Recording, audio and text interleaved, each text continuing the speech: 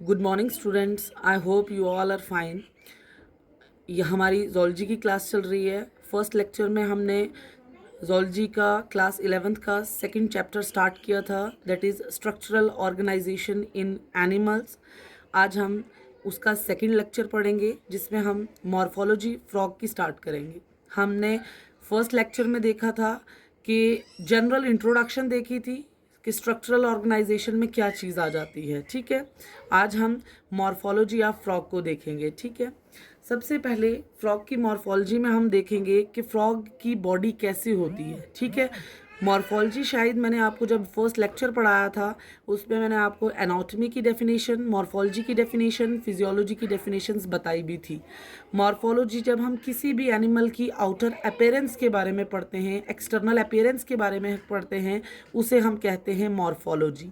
और एनाटमी जब हम किसी भी ऑर्गेनिज्म के इंटरनल स्ट्रक्चर्स को स्टडी करते हैं, ऑर्गन के स्ट्रक्चर को स्टडी करते हैं, तब हम कहते हैं कि हम एनाटमी पढ़ रहे हैं। ठीक है, हमने फ्रॉग की एनाटमी भी पढ़ी है, लेकिन पहले हम स्टार्ट करेंगे लिटिल बिट मॉर्फोलॉजी से। ठीक है, हम देखेंगे कि फ्रॉग की बॉडी कैसी है, फ्रॉग की आउटर अपीयरेंस कैसी है। ठीक है, फ्रॉग की जो बॉडी होती है वो डॉर्सो वेंट्रली कंप्रेस्ड होती है, मतलब फ्लैट बॉडी होती है उसकी। ठीक है, ओवाइड शेप होती है, ओवाइड मतलब एग लाइक शेप होती है उसकी, और उसका जो हेड होता है वो ट्राइंगल होता है। ठीक है, फ्रॉग की बॉडी को मेनली हम डिवाइड करते हैं दो पार्ट्स में, हेड और ट्रंक में। फ्रॉग में नेक और टेल एब्सेंट होती है एडल्ट में, बट फ्रॉग का जो लार्वा है, टेडपोल लार्वा, उसमें टेल प्रेजेंट होती है। फ्रॉग का जो टेडपोल लार्वा होता है वो फिश लाइक लार्वा होता है। ठीक है, उसके बाद जो फ्रॉग होती है उसकी बॉडी का कलर कैसा होता है। फ्रॉग की बॉडी का जो डॉर्सल साइड, आपको पता है जब कोई भी ऑर्गेनिज्म हम स्टडी करते हैं उसका हम एंटीरियर साइड, पोस्टीरियर साइड देखते हैं, डॉर्सल साइड देखते हैं, वेंट्रल साइड देखते हैं।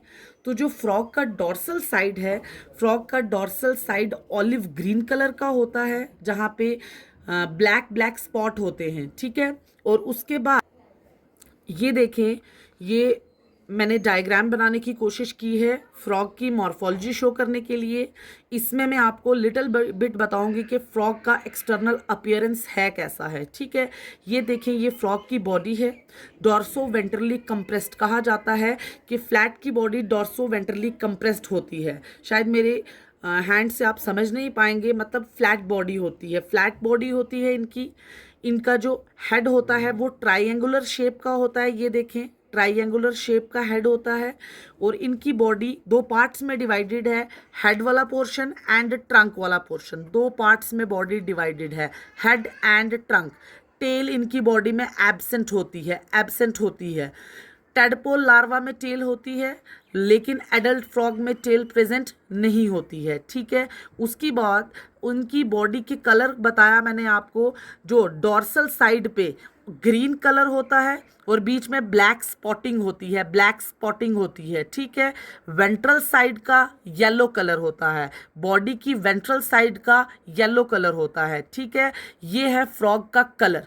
उसके बाद आप देखें, अगर हम फ्रॉग की स्किन की बात करते हैं तो फ्रॉग की स्किन स्मूथ होती है। जब आपको मैंने एनिमल किंगडम पढ़ाया था, एनिमल किंगडम में मैंने आपको क्लास एम्फीबियंस पढ़ाया था, मैंने आपको वहाँ पे एक कैरेक्टरिस्टिक फीचर लिखवाया था स्किन का।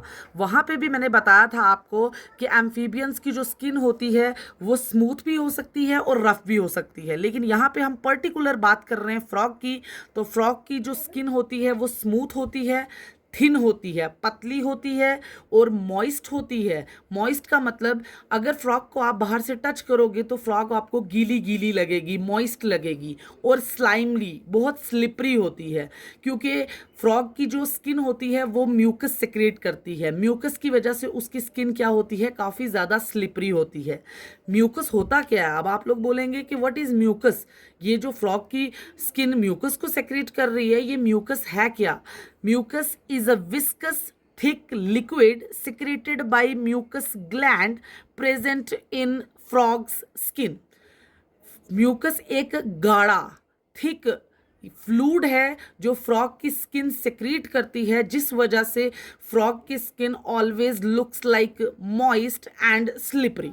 ठीक है, उसके बाद अब आ जाएं, फ्रॉग की बॉडी को दो पार्ट्स में हमने डिवाइड कर दिया, हेड में और ट्रंक में। अब हम देखते हैं कि फ्रॉग का हेड कैसा होता है। ठीक है, फ्रॉग का हेड मैंने आपको पहले भी बताया कि ट्राइएंगुलर शेप का होता है फ्रॉग का हेड। ठीक है, फ्रॉग का जो हेड का एंटीरियर आगे की तरफ ये जो ब्लंट एंड है, ब्लंट किसे कहते हैं? ऐसा एंड जो शार्प ना हो, जो पॉइंटेड ना हो, जो ऐसे मुड़ा हुआ एंड हो। ठीक है, उसे क्या कहते हैं? Blunt and. जो हेड का एंटीरियर एंड है वो ब्लंट होता है, और वहाँ पे ये देखें ट्रांसवर्स माउथ प्रेजेंट होता है। क्या प्रेजेंट होता है? ट्रांसवर्स माउथ प्रेजेंट होता है। और माउथ के इस स्नाउट के ऊपर वाली तरफ अपर साइड पे, डॉर्सल साइड पे दो नॉस्ट्रल प्रेजेंट होती हैं। नॉस्ट्रल किसे कहते हैं? नॉस्ट्रल छोटे छोटे होल्स होते हैं जिनसे जिनसे एयर अंदर जाती है बॉडी के, और रेस्पायरेशन में मदद करते हैं ये नॉस्ट्रल। उसके बाद आप देखें कि इसके हेड पे दो सर्कुलर लार्ज प्रोट्रूडिंग आईज होती हैं। सर्कुलर मतलब गोल, लार्ज मतलब बड़ी बड़ी, प्रोट्रूडिंग का मतलब जो बाहर की तरफ उभरी हुई होती हैं। क्या होती हैं? बाहर की तरफ उभरी हुई होती हैं।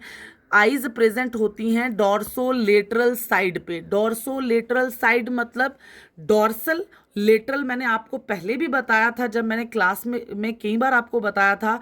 लेटरल वो साइड होती है बॉडी की जो साइड पे होती है। डॉर्सल जिस तरफ माउथ प्रेजेंट होता है, डॉर्सल जिस तरफ एनस प्रेजेंट होता है, वेंट्रल जिस तरफ माउथ प्रेजेंट होता है, लेटरल जहाँ, जैसे अगर हम अपने ह्यूमन बींग्स की बॉडी की बात करें तो आर्म हमारी जिस साइड से निकलती हैं उन्हें लेटरल साइड्स कहते हैं। ऐसे ही इनकी बॉडी पे भी हेड के ऊपर और साइड वाली तरफ क्या प्रेजेंट होती हैं? आइज प्रेजेंट होती हैं, जिनका नंबर 2 होता है। ठीक है, गोल गोल सर्कुलर होती हैं, बाहर की तरफ उभरी हुई होती हैं। ठीक है, और उसके बाद इनकी जो आईज होती हैं उन पे 3 आईलिड्स प्रेजेंट होती हैं। फ्रॉग हैज़ 3 आईलिड्स, एक अपर आईलिड जो मूव नहीं करती, जो फिक्स्ड रहती है, और दूसरी लोअर आईलिड जो क्या करती है? मूव करती है आगे पीछे। और उसके लोअर आईलिड के साथ ही अटैच्ड होती है एक मेम्ब्रेन जिसको हम क्या कहते हैं?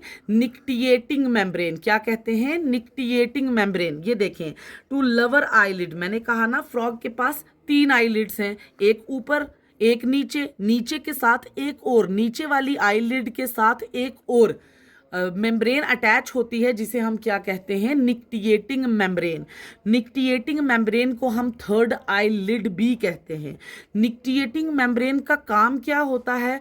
ये आई को प्रोटेक्ट करके रखती है जब फ्रॉग पानी में स्विम करती है, सो दैट के पानी या कोई भी गंद आंखों के आगे आके ना आ जाए, जिस वजह से ये नीचे वाली जो थर्ड आई होती है, थर्ड लिड होती है, वो आंखों के ऊपर आके आई को प्रोटेक्ट करती है। उसके बाद आईज के पीछे फिगर में मैंने बताया है बिलो एंड बिहाइंड। ये मैंने थोड़ा सा इसके जस्ट नीचे बना दिया है, लेकिन ये हल्का सा पीछे की तरफ होगा। इसकी लोकेशन मैंने बताई है below and behind the eyes. Below and behind the eyes is a circular patch of skin. एक सर्कुलर गोल सा स्किन का टुकड़ा है, स्किन का पैच है, जिसे हम क्या कहते हैं? टिम्पेनम कहते हैं। टिम्पेनम को एयर ड्रम भी कहा जाता है। टिम्पेनम को एयर ड्रम भी कहा जाता है। इसी टिम्पेनम पे साउंड जो बाहर से होती है आके फॉल करती है और कान के अंदर जाती है।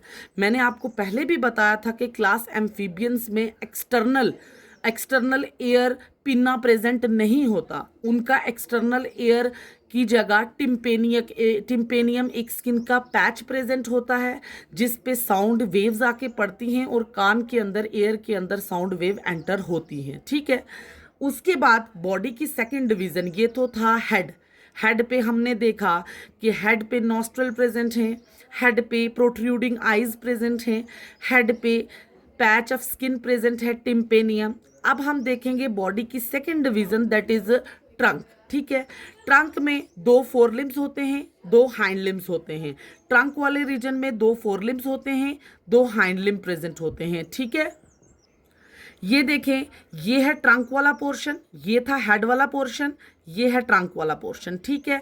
ट्रंक में 4 लिम्स भी प्रेजेंट हैं, ट्रंक में हाइंड लिम्स भी प्रेजेंट हैं। अब हम सबसे पहले हम 4 लिम्स को देखते हैं, ठीक है। 4 लिम्ब ट्रंक के किस साइड पे प्रेजेंट है? एंटीरियर साइड पे प्रेजेंट है।